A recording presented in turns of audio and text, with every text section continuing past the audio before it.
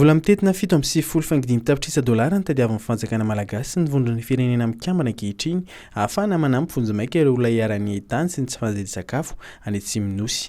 Iverina fa hanampiana ireo mponina ireo hatramin'ny fiafaran'ny vanim-potoanany maitso ahitra amin'ny volana mena jona io vola io.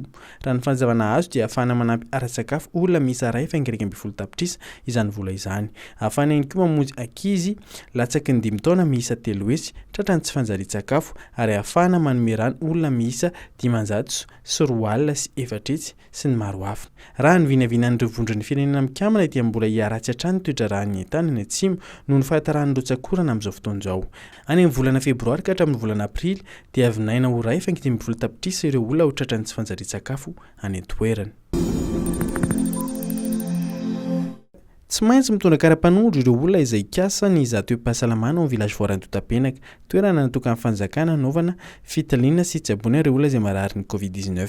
Kara-panondro an'ireo olon-dehibe ary karatra mampiseho ny mampianatra kosa ho an'ireo ankizy, hoy ny fanezavan'ny Dr Manitra Rakotoarivony, taleny fampiroboroboana ny fahasalamana eo anivon'ny ministera ny fahasalamam-bahoaka. Ankoatr'izay dia nanazava ihany koa ity tompon'andraikitra ity fa tsy mbola handraisana marary ny eo amin'ny village voara fa alefa eny amin'ny hôpitaly manara-penitra Antotapenaka ireo izay vao marina fa mitondra ny tsy mikarinta Covid-19. Ny irina hoy izy dia tsy handraisana marary mihitsy eo anivon'ny CTC village voara.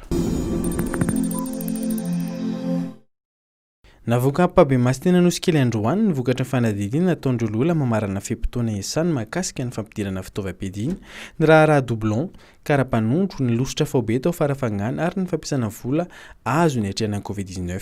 Tsapa nandritra ny fanaovana fanadidina hoy ireo filohan'ny vomera efatra nandray ny raharaha ny tsy fahatongavan'ireo olona natsoina hiatrika fanadihadiana. Ireo mpitondra ankehitriny no maro amin'ireo tsy tonga.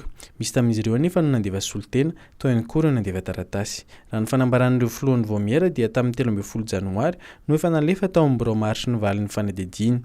Efa nalefa ihany koa tany amin'ny gouvernemanta, fiarahamonim-pirenena ary ny fianakaviam-beresam-pirenena io tatitra io. Manantena ireto olona efa mamarana fehim-potoana iasany reto fa noho ny fanadihadiana tandrify azy ny tompon'andraikitra tsirairay voakasiky ny raharaha nanaovana fanadihadiana.